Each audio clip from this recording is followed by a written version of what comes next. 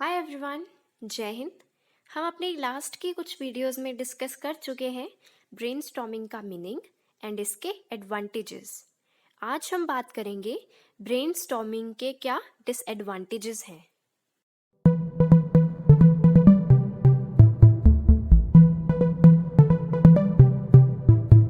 तो ये हमारे सामने कुछ डिसएडवांटेजेस हैं ब्रेनस्टॉर्मिंग के। हालांकि ये सेल्फ एक्सप्लेनेटरी ही हैं, बहुत ही बेसिक हैं, फिर भी हम इनको देख लेते हैं ये क्या बोल रहे हैं। देखो, ब्रेनस्टॉर्मिंग टेक्निक जो है वो काफ़ी टाइम कंज्यूमिंग है, और इतना टाइम इस प्रोसेस को देने के बाद भी कोई गारंटी थोड़ी है कि कोई अच्छा इफ़ेक्टिव आइडिया निकल के सामने आएगा या नहीं आएगा। हो सकता है कि कोई भी ऑप्टिमल आइडिया सामने आए ही ना, इतना टाइम भी दिया फिर भी कोई आइडिया निकल के आया ही नहीं। तो ये भी एक डिसएडवांटेज है ब्रेनस्टॉर्मिंग का। और क्या डिसएडवांटेज हो सकता है ब्रेनस्टॉर्मिंग का? कि फाइट्स एंड आर्ग्यूमेंट्स प्रमोट हो सकती हैं सेशन के दौरान। क्योंकि देखो, होता क्या है, लोग जो हैं वो दूसरों को उनके आइडियाज से एंड उनकी स्टेटमेंट से जज करते हैं, ठीक है।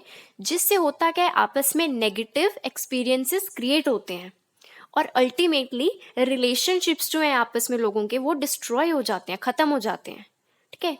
नो डाउट ब्रेनस्टॉर्मिंग सेशन से ग्रेट आइडियाज जनरेट होते हैं, लेकिन देखो, ऐसा नहीं होता कि आइडियाज जो हैं वो सारे के सारे आइडियाज पीसफुल डिस्कशन के बाद ही आ रहे हैं। हो सकते हैं लड़ाई झगड़े होने के बाद निकल के आ रहा कोई आइडिया, ठीक है। तो ये भी एक डिसएडवांटेज है ब्रेनस्टॉर्मिंग का कि ये प्रमोट करता है कई बार फाइट्स एंड आर्ग्यूमेंट्स। नेक्स्ट है, it is not always effective.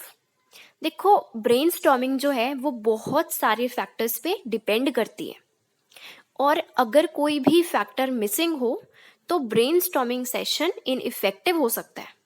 For example, अगर एक या दो बंदे ऐसे हैं जिनके कम्युनिकेशन स्किल्स बहुत ख़राब हैं, ठीक है, तो उन्हें तो दिक्कत होगी ही ना खुद के आइडियाज़ एक्सप्रेस करने में, वो इफ़ेक्टिवली अपनी बात नहीं रख पाएंगे।